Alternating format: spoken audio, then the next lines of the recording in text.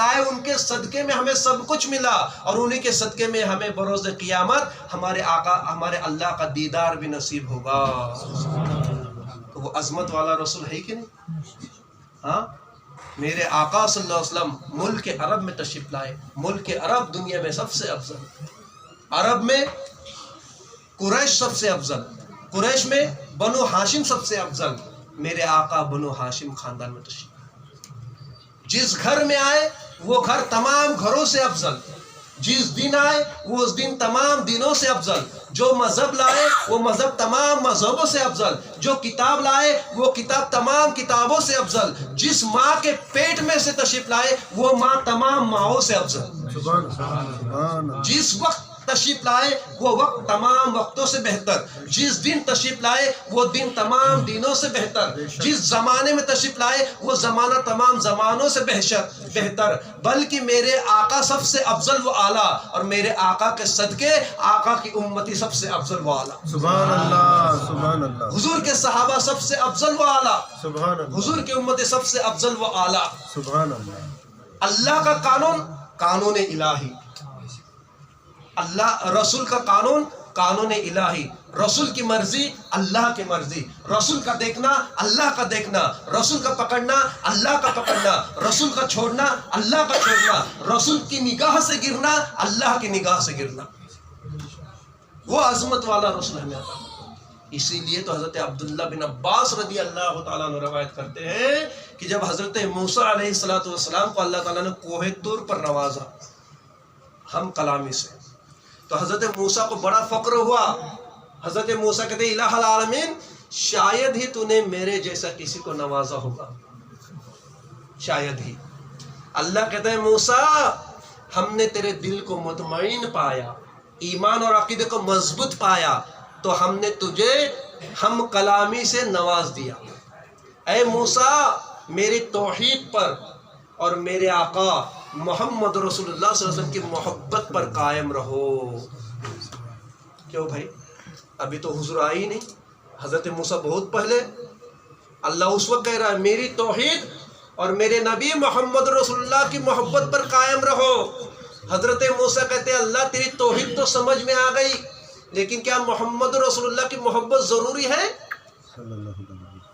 اللہ اس وقت کہتا ہے موسیٰ، اگر میں اپنے نور سے اپنے نبی کے نور کو نہ بناتا اور نبی کے نور سے تمام کائنات نہ بناتا، تو اے موسیٰ نہ جنت ہوتی، نہ دوزخ ہوتا، نہ زمین ہوتی، نہ آسمان ہوتا، نہ درندے ہوتے، نہ پرندے ہوتے، نہ انسان ہوتا، نہ جنات ہوتا، نہ رات ہوتی، نہ دن ہوتا، نہ سورج ہوتا، نہ قمر ہوتا۔ اے موسیٰ کچھ بھی نہیں ہوتا، یہاں تک کہ اے موسیٰ تجھے بھی نہیں بناتا۔ وہ رسول کے صدقے سب کائنات ہے۔ پتہ یہ چلا کہ اللہ کے بعد عظمت والا محمد رسول اللہ۔ حدیث قدسی ہے، علماء کرام میرے سامنے موجود ہے۔ اللہ تعالیٰ فرماتا ہے اگر اپنے نور سے نہ میرے نبی کے نور کو نہ بناتا تو میں اپنی ربوبیت کو بھی ظاہر نہ کرتا۔ اب بتائیے ایمان والو، پھر ہمارا حضور عظمت والے ہے کہ نہیں؟ پھر کیا ہو گیا ہمارے حضور کے امت کو، کچھ لوگوں کو کہ جو آقا کی عظمت کو نہیں سمجھتے، یوں کہتے ہیں کہ ہمارے جیسے بشر ہے، یوں کہتے ہیں کہ اللہ کے رسول کو کوئی علم نہیں۔ کیوں نہیں؟ کتنا بڑا علم ہے، میں بتاؤ آپ کو، نزہۃ المجالس کی حدیث مجھے یاد آ گئی۔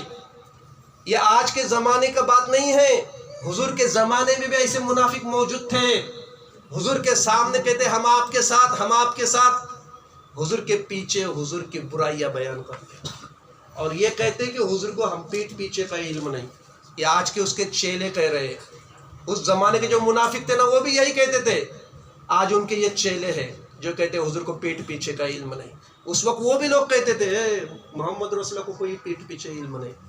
جب میرے پیارے آقا صلی اللہ علیہ وسلم تک یہ بات پہنچی، آقا صلی اللہ علیہ وسلم جلال میں آ گئے، بلال سے کہا کہ تمام لوگوں کو بلاؤ، ممبر پر کھڑے ہو گئے، اللہ تبارک و تعالیٰ کے حمد و ثنا بیان کی اور پوچھا اے لوگوں بتاؤ میں کون ہوں؟ تمام مجمع نے کہا بے شک اللہ کے رسول۔ کہتے ہیں پھر وہ لوگوں کا کیا حال ہوگا جو میرے علم پر اعتراض کرتے ہیں؟ وہ لوگوں کا کیا حال ہوگا جو میرے علم پر اعتراض کرتے ہیں. اے لوگوں، میں یہی ممبر پر کھڑا ہوں، آج سے لے کر قیامت تک کی جو بات پوچھنا چاہتے ہو مجھ سے پوچھ لو. اس وقت میرے آقا نے کہا اے لوگوں، میں یہی کھڑا ہوں، آج سے لے کر قیامت تک کی جو بات پوچھنا چاہتے ہو مجھ سے پوچھ لو، میں جواب دوں گا. بتائیے حضور کو علم ہے کہ نہیں پھر قیامت تک کا؟ پھر یہ لوگ کیسے کہتے کہ حضور کو کچھ علم نہیں؟ اب تمام مجمع میں سنرا چھا گیا. ایک شخص پھر بھی کھڑا ہوا، عبداللہ نام تھا اس کا. اس کو تمام لوگ چڑھاتے تھے، تیرے باپ کا پتہ نہیں، تیرے دادا کا پتہ نہیں، تیرے خاندان کا پتہ نہیں. اس کو بس وہی موقع ملا، یا محمد صلی اللہ علیہ وسلم مجھے لوگ میری نسب سے گالی دیتے ہیں، میرے باپ کا نام بتائیے. حضور نے کہا تیرے باپ کا نام حذیفہ ہے. کیا ہے؟ حذیفہ. پھر بتائیے اللہ کے فضل و کرم سے یہ علم غیب کی بات نہیں بتائی حضور نے. حضرت عمر رضی اللہ تعالیٰ عنہ کانپنے لگ گئے. وہ عمر کہ جو گلی گلی سے گزرتے تھے تو شیطان ان سے کانپ کر کے 70 کوس دور بھاگتا تھا. وہ عمر جب میرے آقا جلال میں ممبر پر آ گئے تو عمر تھر تھر تھر کانپنے لگ گئے. کھڑے ہو جاتے ہیں، یا رسول اللہ صلی اللہ علیہ وسلم ہمارے ماں باپ آپ پر قربان، ایمان لائے ہم اللہ کے رب ہونے پر، آپ کے رسول ہونے پر، اسلام کے دین ہونے پر، اور قرآن اللہ کا کلام ہونے پر. یا رسول اللہ بس کیجئے، رحم کیجئے، بس کیجئے، رحم کیجئے. عمر بن خطاب کہہ رہے ہیں. پھر میرے آقا صلی اللہ علیہ وسلم ممبر سے نیچے اترے. بتاؤ ذرا ان کو یہ واقعہ جو آقا صلی اللہ علیہ وسلم کے علم غیب پر، جو اللہ کے فضل و کرم سے اس کا انکار کرتے ہیں، ان کو کھول کھول کر یہ واقعہ بتاؤ. نجہت المجالس میں لکھا ہے یہ واقعہ، تفسیر خازن میں لکھا ہے یہ واقعہ. پتہ یہ چلا کہ اللہ کے فضل و کرم سے ہمارے آقا صلی اللہ علیہ وسلم کو علم ہے. ایسا نہیں ہے کہ علم غیب نہیں ہے، ورنہ قیامت کی نشانیاں کون بتاتا؟ اللہ آ کر بتاتا ہمیں. رسول اللہ صلی اللہ علیہ وسلم کے ذریعے سے ہی اللہ نے بتایا. وہ ہمارے رسول کی شان ہے. کتنی شان ہے، آئیے جب وقت ہو ہی چلا ہے تو بتاتا ہی چلو کہ میرے پیارے آقا صلی اللہ علیہ وسلم مکہ مکرمہ میں ایک عورت کے گھر کے ٹیک لگا کر کے اپنے غلام سے بات کر رہے تھے. میرے آقا کا مرتبہ کیا ہے اللہ کی بارگاہ میں یہ سنیے. ٹیک لگا کر بات کر رہے تھے، ایک غلام سے بات کر رہے تھے. دوران گفتگو وہ کافرہ عورت کا مکان تھا جو حضور کو ناپسند کہتی تھی، حضور کو گالیاں دیتی تھی. یہاں تک کہ میرے حضور جب اس کے مکان کے دیوار پر ٹیک لگا کر کھڑے ہو گئے تو عورتوں نے کھڑکیاں بند کر لی، دروازے بند کر لیے کہ محمد رسول اللہ کی کان تک آواز نہ آئے.